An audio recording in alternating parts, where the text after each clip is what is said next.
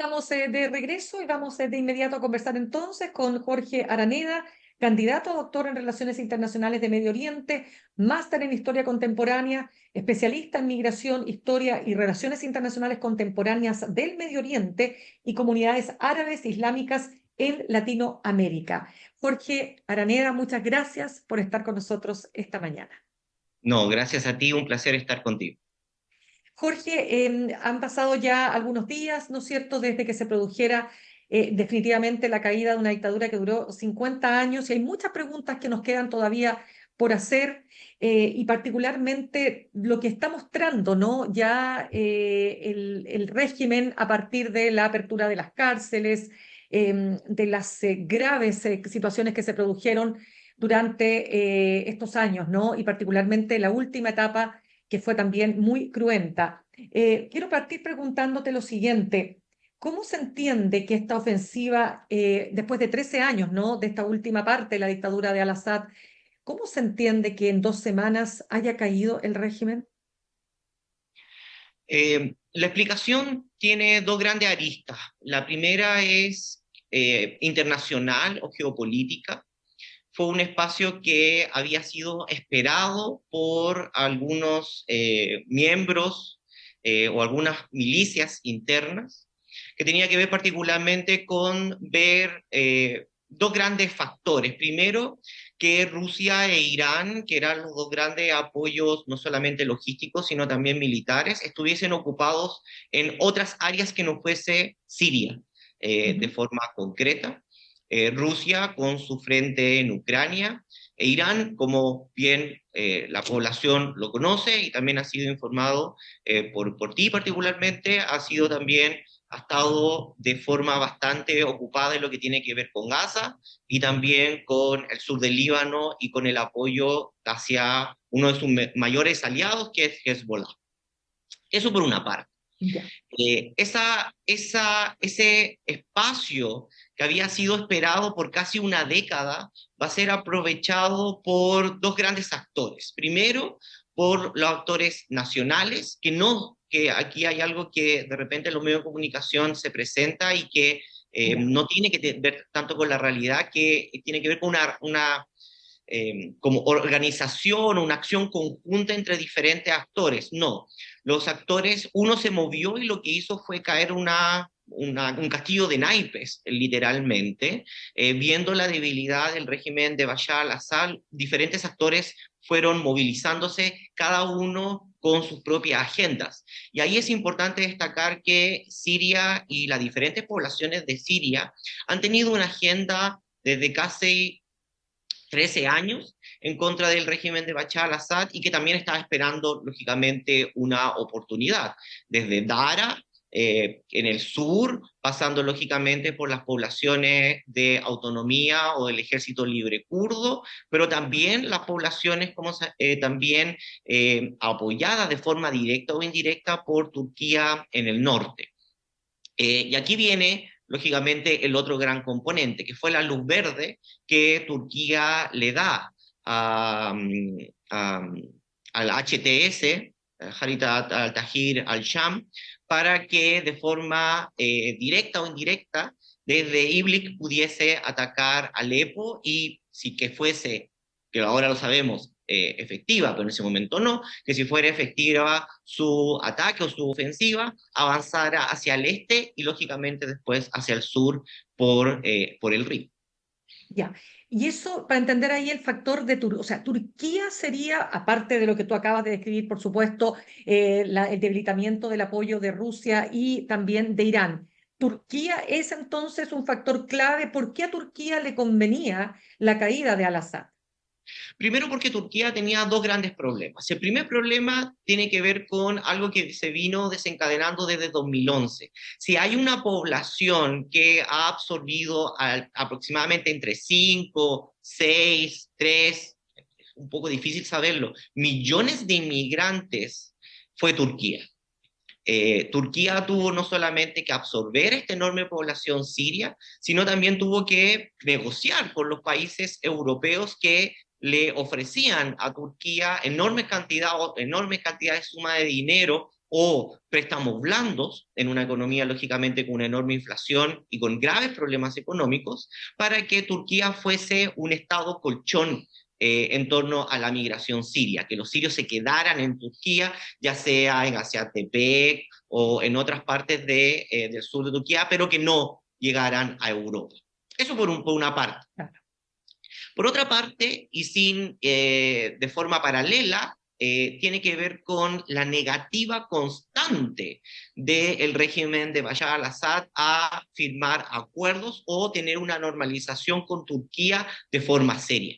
Bashar al-Assad se le requirió de muchas formas que normalizara sus relaciones, de que apoyara esta zona norte de Turquía que controla sobre territorio sirio para la recreación de ciertas poblaciones, infraestructura civil y crear un espacio no de finalización, pero por lo menos un espacio intermedio en donde cierta población siria pudiese volver, población siria de Turquía pudiese volver, lógicamente, a sus territorios.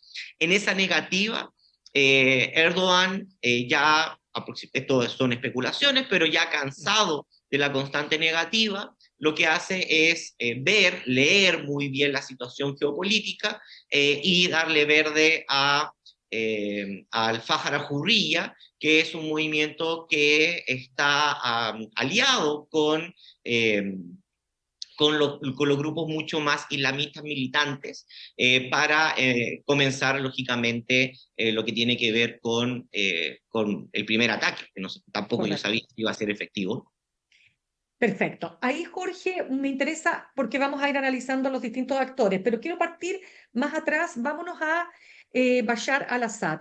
¿Por qué esta dictadura, esta familia, ¿no? Esta dinastía que gobernaba desde hace 50 años, por qué se puso particularmente cruenta, o si siempre lo fue, bajo la administración de este hombre, Bashar al-Assad, y todo lo que hemos conocido, ¿no es cierto? El horror en las cárceles como la cárcel de Setnaya, llamada el matadero de Assad.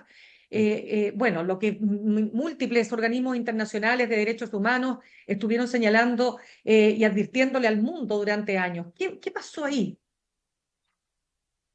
Lo que pasó fue, lamentablemente, que en primer lugar, un poco de historia. Hafez al-Assad, el padre Bashar al-Assad, llega al poder para eliminar lo que tiene que ver una seguidilla de golpes de Estado.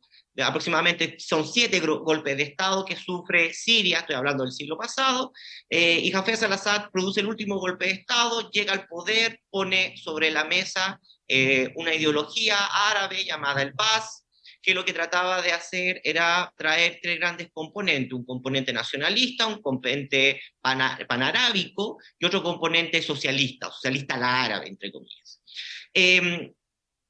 Hafez al-Assad moderniza Siria, crea toda una sociedad que hoy día podríamos llamar de un estado de beneficencia, un estado social, en donde amplía el espectro de la infraestructura estatal, pero siempre bajo una idea secular o laica, pero entendido lo laico desde el punto de vista de Medio Oriente, no el punto de vista laico contemporáneo en Latinoamérica, que hay que hacer un punto porque hay muchos analistas que dicen, bueno, hoy en día estaríamos viendo el nacimiento de un Estado islámico y la muerte de un Estado secular.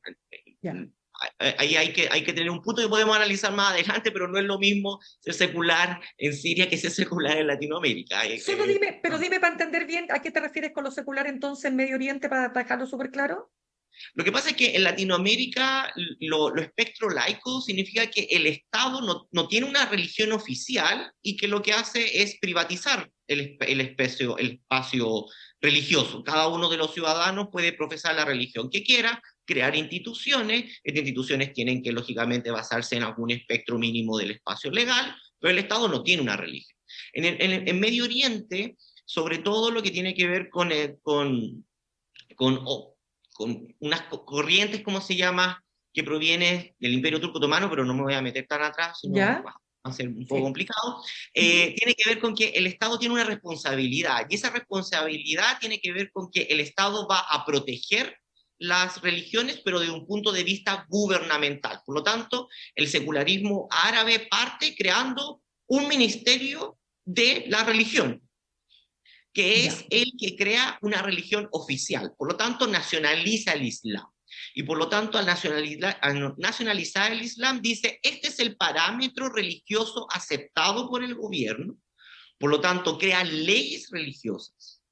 ¿Sí? La ley, por Ya. ejemplo, 17 de Siria, que fue muy controversial en su época, que lógicamente regulaba lo que se enseñaba en los colegios, pero también el espacio de los curas, que vendría siendo los imanes y los sheikh en Siria y en otras partes del Medio Oriente, eso cae bajo un espectro normado y termina siendo un funcionario del Estado. Por lo tanto, Ya. cuando un musulmán va a la mezquita un día viernes, la persona que se encuentra al frente de él dando la oración, que vendría siendo nuestra misa, es un funcionario público, que Ya. puede ser despedido o ascendido por su lealtad o no hacia la administración que le corresponde. Por lo tanto, el parámetro de secularismo es diferente a Latinoamérica.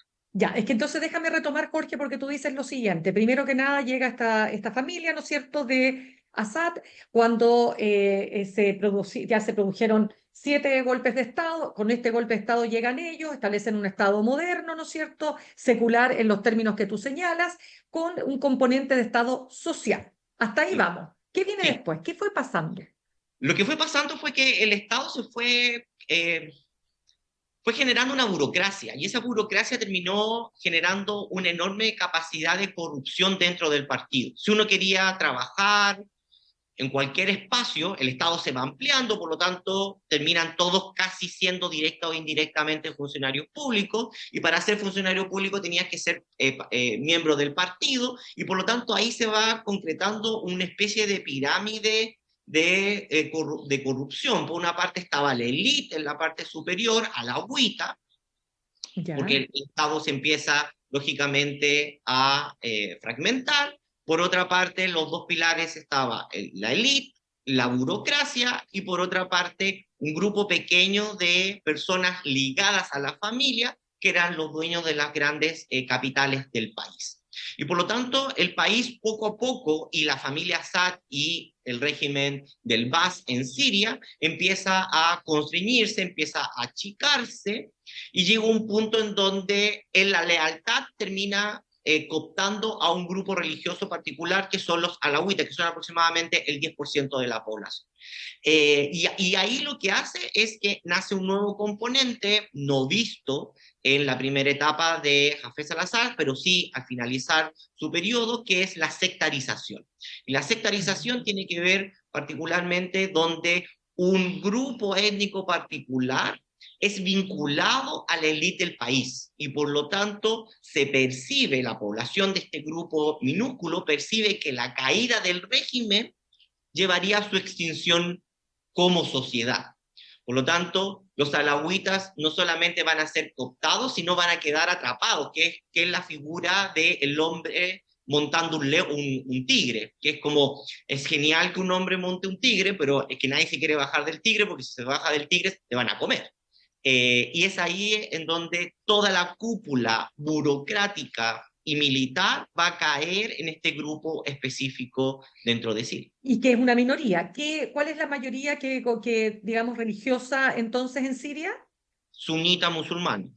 Sunita musulmana, que quedan sometidos por este grupo que apenas representa el 10% y que por supuesto lidera Bashar al-Assad, ¿no?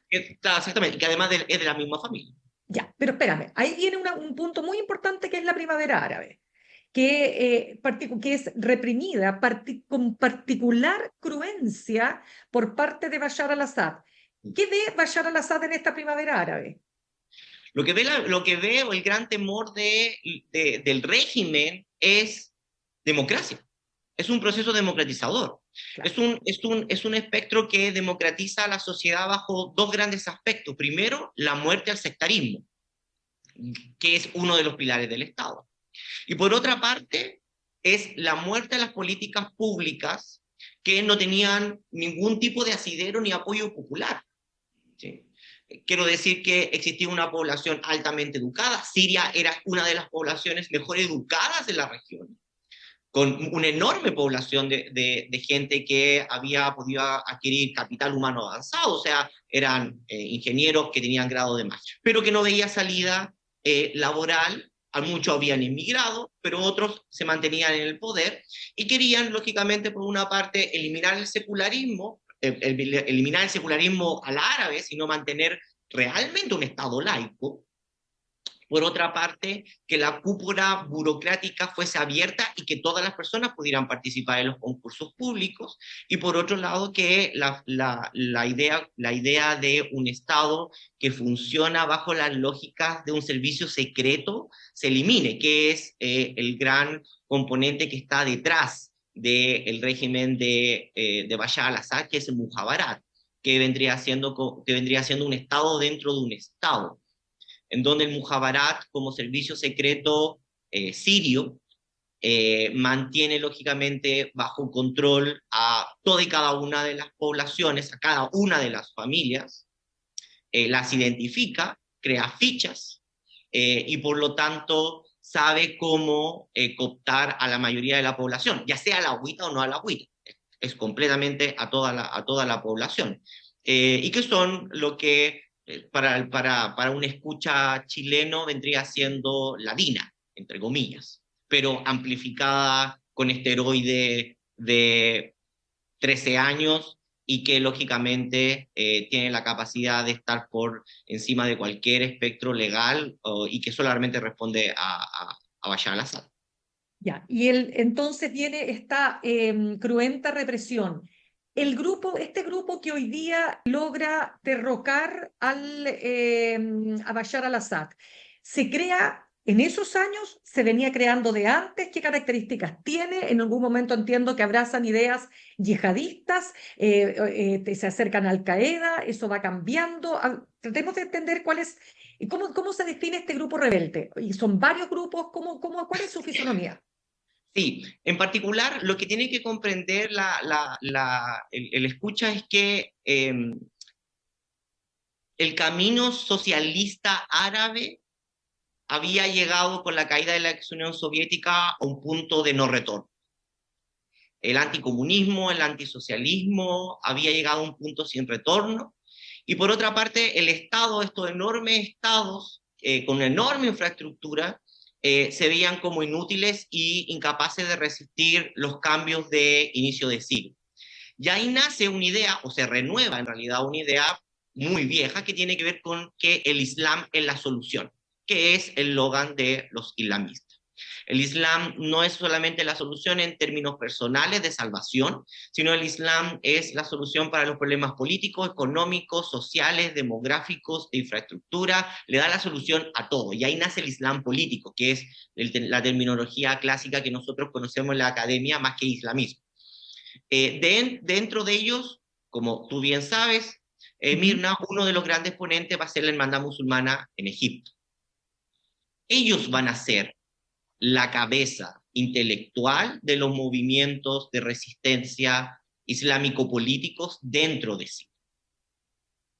De hecho, tanto Al-Qaeda como después Daesh o ISIS como se le conoce, y los movimientos yihadistas o la milicia yihadista van a beber de esa vertiente intelectual, en donde un Estado de características islámicas podrá encontrar la solución a todos los problemas insalvables del siglo, y también económicos, políticos y sociales.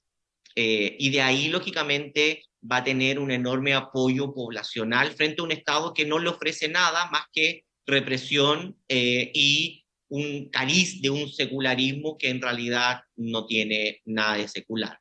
De ahí que van a nacer diferentes grupos, Al-Nusra, que después, lógicamente, se va a transformar al Fatah al-Mubin, que actualmente es el HTS, el Hayat Tahrir al-Sham, que tiene una corriente fundamentalista, islámica, extremadamente dura, muy conservadora, por eso que fue parte de Daesh, del grupo Daesh en general, porque estos son conglomerados. El THS también es un conglomerado, no es un puro grupo. Pero que lógicamente tienen afines ideológicos, políticos y también objetivos y una agenda particular que tenía que ver con la eliminación del régimen de Bashar al-Assad. Ya, pero mira, cuando tú dices tiene una corriente extremadamente dura islámica, te lo pregunto porque he leído varios portales internacionales que dicen que fueron abandonando posturas yihadistas y que si no lo hubiesen hecho, no habrían tenido el apoyo que han tenido de la población. Entonces, ¿hay algo de eso o hay que temer, digamos, Hay, no? hay que No tener sé. cuidado, hay que tener cuidado un poco con los análisis, porque hay que comprender de que las sociedades en general, pero sobre todo sociedades que han estado bajo regímenes autoritarios por largas décadas, tienden a producir contradicciones funcionales dentro de su sistema. Voy a poner una sobre la mesa que por mucho es un poco desconocida, pero viene al caso. Cuando la población de Gaza vota por Hamas, es un voto de castigo en contra de Al-Fatah, de la OLP. No es un voto hacia Hamas. De hecho, después de las elecciones de Hamas, se hacen diferentes cuentas de opinión y estas encuestas de opinión se le pregunta a la población cuál es su apoyo hacia Hamas en términos de su ideología. En esa época, aproximadamente un 13, un 10% estaba de acuerdo ideológicamente con Hamas, pero un 90% de la población votó por ellos. Después nunca más existieron elecciones, Hamas Claro. se tomó el poder y ahí sigue otra historia por otro camino. Y eso es una contradicción. En el caso de Siria, la mayoría de las personas que están celebrando a lo largo y ancho de Siria, pero también en la mayoría de las personas que están por fuera, hemos visto en los medios de comunicación en Alemania, en Turquía, en Holanda, en Francia e Ujú. incluso en Inglaterra, espacios de celebración sobre la caída de Bashar al-Assad. De hecho, en Chile también hubo, ayer, uno Ya. en la embajada de Siria, dentro de la Ujú. embajada de Siria, no Claro. fuera de la embajada de Siria, en donde se cambió la bandera y se declaró, ¿cómo se llama?, el fin del régimen. Estamos hablando Ya. de una población mínima de sirios que conviven en Chile, y ninguno de ellos es islamista, ninguno de ellos es yihadista, ninguno de ellos, y sobre todo en Latinoamérica, la población migrante siria, como también en Europa, son los más lejanos al mundo yihadista, aunque son musulmanes, no tiene que ver una cosa con la otra, son seculares. Y aquí viene una gran contradicción. Mucha de la población que en Siria está generando un apoyo al HTS es un apoyo hacia un gobierno de transición que busca recrear un Estado sirio que no existe desde el 2011, porque de facto Siria fue administrado por tres agentes, el ejército kurdo en el este, en el centro y en la costa por Bashar al-Assad y en el norte por diferentes grupos apoyados por Turquía. Entonces, esta Claro. población lo que hace es literalmente celebrar la caída del régimen, no necesariamente celebrar que el THS haya llegado al poder. Ya, pero entonces ahora, porque se nos va acabando el tiempo, Jorge Aravena, pero quiero preguntarte, ¿qué viene? Porque acá hay un primer ministro, no sé si fue un primer ministro que ya está designado, pero esto es un proceso de transición. ¿Cómo ves lo que va a ocurrir? Y particularmente te lo pregunto porque hay una declaración del Partido Comunista de Chile que habla de golpe terrorista y dice que la erupción militar de la organización terrorista Hayat Tahrir al-Sham, que es la que tú defines como HTS, que derrocó, dice, mediante un golpe de Estado al gobierno del presidente Bashar al-Assad, está apoyada, dice acá, dice, porque advertimos que se trata de una guerra sucia y temeraria encabezada por el gobierno de Israel, con el apoyo de Estados Unidos y sus aliados de la OTAN. O sea, aquí hay una mezcla compleja.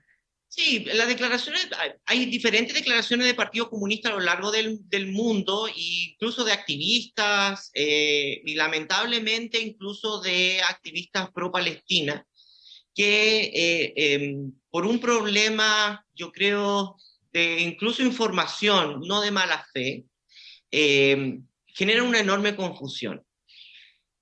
Ellos creen que Siria fue anticolonialista y antiimperialista porque Estados Unidos no le generaba apoyo. Y ahí tenemos un problema. Bashar al-Assad tenía enormes problemas y tenía cortadas las relaciones con Estados Unidos. No apoyaba las prácticas de Estados Unidos. De hecho, no quería tener relaciones con Estados Unidos. Pero eso no significa que sea un proyecto anticolonialista o antiimperialista, sobre todo de un régimen autoritario que literalmente hizo desaparecer 100.000 personas dentro del país y por otra parte desplazó a 6 millones de personas que todavía no pueden volver al país. Si desplazar a 6 millones de personas, eliminar o hacer desaparecer a 100.000 y meter a la cárcel a otras 136.000 es ser anticolonialista y antiimperialista. Yo creo que los términos los estamos flexibilizando demasiado. ¿El régimen de Bashar al-Assad apoyó a las protestas pro-palestinas? No, no. Y eso se puede comprobar de diferentes formas y de muy fácilmente. ¿Tenía las mejores relaciones con Hamas? Tampoco. ¿Tenía las mejores relaciones con Hezbollah? Tampoco. Tenía relaciones con Hezbollah porque el apoyo iraní se lo requería. De hecho, también hay que acabar con ciertos mitos. Ya por lo menos hablamos algo sobre el secularismo, que muchas personas lo plantean. Por otra parte, el otro gran mito es que el gobierno de Bashar al-Assad no tenía ningún tipo de relaciones con Israel. Lo que nosotros sabemos por los informes que actualmente se están entregando dentro de Siria, que se han podido encontrar dentro de los diferentes espacios gubernamentales, es que había una estrecha comunicación entre el Estado de Israel con Siria, con Bashar al-Assad particularmente, en términos de locación de armamento, movilización de armamento, y lógicamente espacios en donde se habilitaba a Israel a tener ciertas operaciones en contra de Hezbollah dentro de territorio sirio. Entonces, hay que tener cuidado un poco con las especificaciones, sobre todo cuando se convoca estos términos tan amplios que en la realidad no tienen tanto peso. Oye, Jorge, te agradezco tanto esa explicación y lamentablemente se nos acaba el tiempo, pero te lo pregunté y necesito que muy cortito me digas un poco qué es lo que viene ahora o con estas características que tiene, ¿no es cierto?, este movimiento, este grupo, este conglomerado, como le llamas tú, Hayat Tahrir al-Sham. Lo que se viene es dos cosas. Primero, en el espacio internacional, las diferentes, ¿cómo se llama?, alianzas que se puedan concretar. Turquía le acaba de ganar una enorme apuesta a Rusia, y aquí, lógicamente, Turquía se posiciona y se consolida como una potencia regional que va a estar sobre la mesa y posiblemente sobre lo que tiene que ver con el gobierno o en el próximo gobierno sirio. Esa es la externa. Descartando lo que tiene que ver con Irán y Israel, que tienen otras miradas sobre sí. La interna, posiblemente tres caminos. Un primer camino, que es un Estado federal, en donde se cree un Estado común tipo Irak, donde haya una nueva constitución que habilite que cada comunidad religiosa o étnica pueda recrear sus propias leyes y un parlamento común en donde se definan problemas comunes. Esa es la apuesta por lo menos de la población kurda o el este de Siria, la consecución de un Estado federal. Que lógicamente va a crear los mismos problemas que en Irak, que tiene que ver con que se consolida por ley un espacio sectario. Esa es una opción. La segunda opción es lo que espacios de la costa, de la Taquia, más cristiano o por lo menos más seculares, es un Estado secular unitario nacional. donde todos los ciudadanos, más allá de su religión o su origen étnico, sean considerados parte fundamental del Estado y que hayan instituciones a lo largo y ancho del país, que vendría siendo más o menos lo que es el modelo republicano latinoamericano, o por lo menos chileno, que se conoce. Y por otro, que posiblemente el que va a tratar de implantarse es un Estado Islámico. El Estado Islámico tiene muchos aspectos. Un Estado Islámico puede ser en una versión afgana o en una versión turca, ¿sí? Entre lo que es el gobierno turco con el gobierno de Afganistán, todas las personas podrán dirimir que existe un enorme espacio intermedio. En ese espacio intermedio es donde muy probablemente se va a posicionar el posible gobierno de transición dentro de Siria. Pero eso lo tendrá que ver, y esto es algo que yo lo he repetido constantemente, es que los sirios tienen una agenda política nacida desde el 2011, que la han mantenido bajo el régimen autoritario de Bashar al-Assad y muy probablemente se vuelva a recrear o a consolidar, ya sea bajo un Estado islámico o no. Ya, pues, Jorge Araneda, candidato a doctor en Relaciones Internacionales de Medio Ambiente, máster en Historia Contemporánea, especialista en Migración, Historia y Relaciones Internacionales Contemporáneas del Medio Oriente y Comunidades Árabes Islámicas en América Latina. Quiero decirte que ha sido el mejor análisis que he escuchado hasta ahora de lo que ha ocurrido en Siria y te agradezco muchísimo que nos ayudes a comprender un fenómeno que, claro, a veces nos cuesta, ¿no? Desde este lugar del mundo. El placer ha sido completamente mío. Muchas gracias por tus preguntas y muchas gracias también por el espacio.